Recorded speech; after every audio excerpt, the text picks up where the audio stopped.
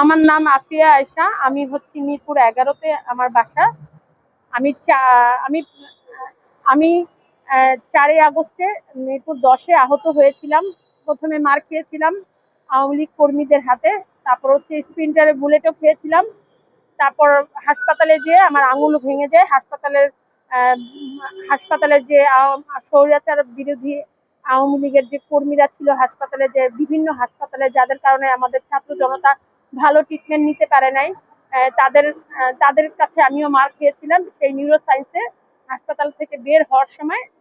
এখন কথা হচ্ছে আমি এই একাই 18 জুলাই 19 জুলাই আমি প্রেস ক্লাবের সামনে এসেছি।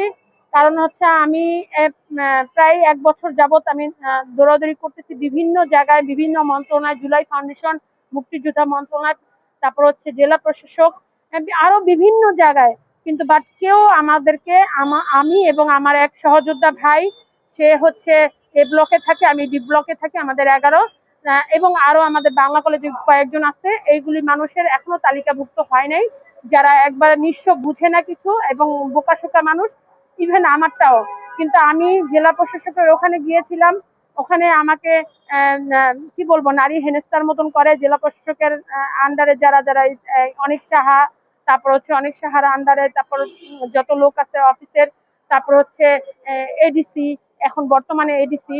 কিন্তু আমাদের ডিসি স্যার যে এখন বর্তমানে আছে, তার সাথে দেখা একদিন করেছিলাম, উনি ভালো ব্যবহার করেছিল।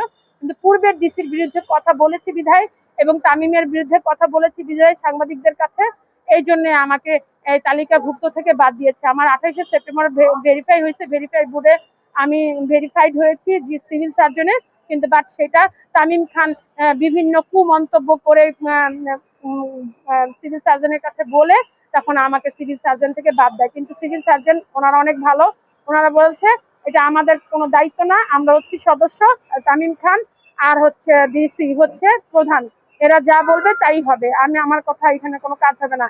আমি বিভিন্ন মন্ত্রণালয়ে, আমি প্রধান উপদেষ্টার কাছে, ইউনূসের কাছে গিয়েছিলাম, তারপর হচ্ছে স্বাস্থ্য মন্ত্রণালয়ে গিয়েছিলাম, শারমিন মোর্শেদ নারী শিশু কল্যাণ, তারপরে আসিফ মাহমুদ, আসিফ নজরুল, মাহফুজ আলম, মোট কথা সব জায়গায় গিয়েছিলাম। কিন্তু এই তালিকাভুক্ত হওয়ার জন্য যারা যারা আমার সাথে অন্যায় কাজ করেছে, সে হচ্ছে তামিম খান আর জেলা প্রশাসক তানভীর আহমেদের বিরুদ্ধে সাংবাদিকদের কাছে কমপ্লেন করেছিলাম বিদায় 17ই অক্টোবর জুলাই সনদ স্বাক্ষর হওয়ার দিনে সেইটা প্রেসে প্রমাণ হয়েছে, দেখা এটা প্রেস হয়েছে বিধায় সেই জন্য এই কথাগুলি শুনে তারা আমাকে বিভিন্ন মন্ত্রণালয় থেকে, ইভেন মোট কথা এই উপদেষ্টা আসিফ মাহমুদ, আসিফ নজরুল, ইভেন এই ইন্টারিম গভর্নমেন্ট থাকা অবস্থায় বৈষম্য বিরোধী ছাত্র আন্দোলনের অনেক ক্ষমতা, তারা মববাজি করতে করতে তারা মানে কি বলবো, সব জায়গা থেকে আমাদেরকে ডিস্টার্ব করেছে। আজকে যদি আমি এনসিপির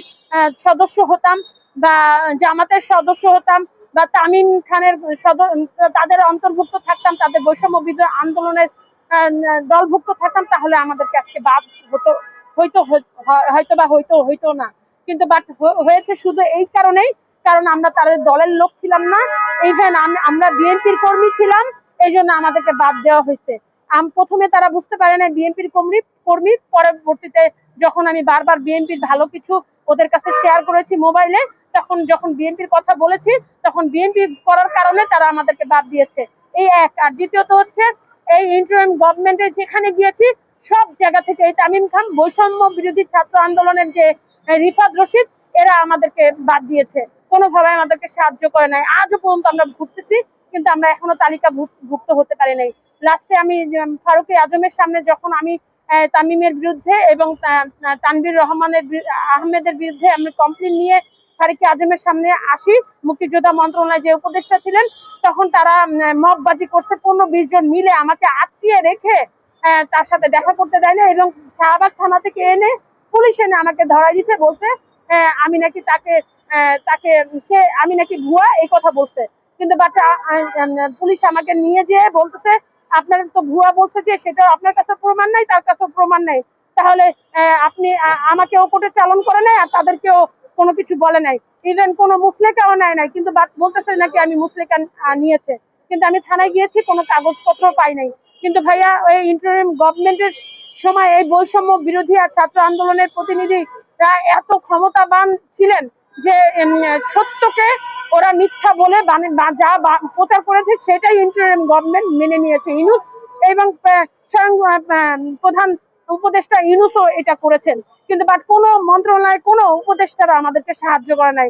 ইভেন আসিফ নজরুলের কাছে গিয়েছি, সে আশ্বাস দিয়েছে, পুলিশ দিয়ে বের করে দিয়েছে তাদের কথা শুনে, কারণ এই বৈষম্য বিরোধী ছাত্র আন্দোলনকে ওরাই হচ্ছে শেখ হাসিনাকে এই দেশ থেকে বিতাড়িত করেছে। আর আমরা ছাত্র জনতা ঘরে বসে মনে হয় আঙুল চষেছিলাম, যার কারণে আমরা মনে হয় কিছুই করি না। এখন সব কৃতিত্ব সবকিছু তারাই নিচ্ছে, কিন্তু বাট আমরা কিন্তু এই প্রথমে সবচাইতে বড় কৃতিত্ব হচ্ছে ছাত্র জনতা, দ্বিতীয়ত হচ্ছে বিএনপির যে অঙ্গ সংগঠন এবং যারা গুম হয়েছে, খুন হয়েছে, এই 17 বছরে সবচেয়ে বেশি ক্ষতিগ্রস্ত হয়েছে বিএনপি। আর প্রথমে হচ্ছে ছাত্র জনতা, তারপর হচ্ছে বিএনপি। এই এই এই প্রধান মন্ত্রী তারেক রহমান আসছেন, তার আসা দরকার ছিল, আল্লাহ পাক তাকে পছন্দ করেছেন, আমরা ভোট দিয়েছি, এই জন্য সে এসেছে। কিন্তু বাট আমার এই বোরখা পরার কারণে আমি বিভিন্ন বৈষম্য শিকার হই। আমাকে এখনো আমি কোনো মন্ত্রণালয়ে গেলে মনে করে আমি জামাতের, কিন্তু আমি জামাতের কোনো কর্মীও না, দলও না, আমি ভোট দিয়েছি বিএনপি কে। জামাত হচ্ছে ভণ্ড একটা দল, গুপ্তচর। জামাত এনসিপি ওর হচ্ছে গুপ্তচর। ইভেন আমি বহু জায়গায় গিয়েছি, কিন্তু সব জায়গাতে এই তামিম খান আর জেলা প্রশাসক আটকে রেখেছে। এখনো জেলা প্রশাসকের কাছে গেলে কেউ আমাকে সাহায্য করে না।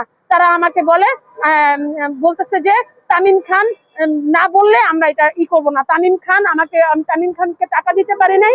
আর দ্বিতীয়ত তামিম খানের বিরুদ্ধে আর তানভীর আহমেদের বিরুদ্ধে আমি কমপ্লেন করেছি। হ্যাঁ, উনি এই পর্যন্ত জুলাই যোদ্ধা যারা ভুয়া হয়েছে তাদের কাছ থেকে বহু পরিমাণে টাকা খেয়েছে। আর যারা প্রকৃত জুলাই যোদ্ধা তাদেরকে খরচের কাছ থেকে কিছু খরচ করবে এইটা সেটা বলে তার কাছ থেকে বিভিন্ন ভাবে টাকা নিয়েছে। কিন্তু হ্যাঁ, আমার কাছে চেয়েছিল ভালো, মানে আমি ফোন দিলে সে ফোন ধরতো না, লাস্টে ফোনে আমাকে গালাগালি পর্যন্ত করেছে। শাহাদতের মোবাইল নাম্বার, বৈষম্য বিরোধী ছাত্র আন্দোলনের যে শাহাদত, তার মোবাইলে ফোন দিয়েছে। এবং ফোন দিয়ে আমি যখন ধরেছি, আমি ওই হাতিরপুলে গিয়েছিলাম বৈষম্য বিরোধী ছাত্র আন্দোলনের ওখানে, তখন শাহাদাতের মোবাইলে আমাকে অনেক অকথ্য ভাষায় গালিও দিয়েছে। কেন আমি তার বিরুদ্ধে আমি কথা বলতেছি? ভাইয়া, সে আমাকে তালিকাভুক্ত থেকে বাদ দিয়েছে বিভিন্ন কুমন্তব্য করে। ইভেন আমি জেলা প্রশাসকের বিরুদ্ধে এবং তামিমের বিরুদ্ধে কমপ্লেন করেছি বিভিন্ন জায়গায়, এই জন্য আমাকে বাদ দিয়েছে। এখন বর্তমান সরকার তারেক রহমানের কাছে আমি বলি, এটা সুস্থ তদন্তের মাধ্যমে যাতে আমরা যারা বাদ করেছি তারা জানি তালিকাভুক্ত হতে পারে, গ্যাজেট হয়। আমরা এটাই হচ্ছে আমাদের তারেক রহমানের কাছে দাবি। আর তারেক রহমানকে বলতেছি, তারেক রহমান স্যার বলেছিলেন যে সবচেয়ে একটা হাদিসে এরকম আসছে যে হাদিসে সেই হচ্ছে মিথ্যাবাদী হওয়ার জন্য এতটুকুই যথেষ্ট যে সত্যতা যাচাই না করেই মানুষের কথা শুনে সেইভাবেই তারা আচরণ করে, তারাই হচ্ছে সবচেয়ে বড় মিথ্যাবাদী।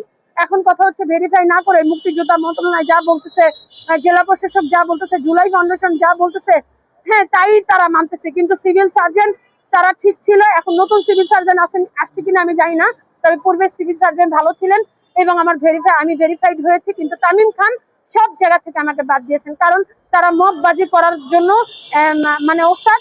মববাজি করে 20 জন মিলে আমি ওদের বিরুদ্ধে কমপ্লেন করতে আসছি কি বলে ফারুকি আজমের কাছে।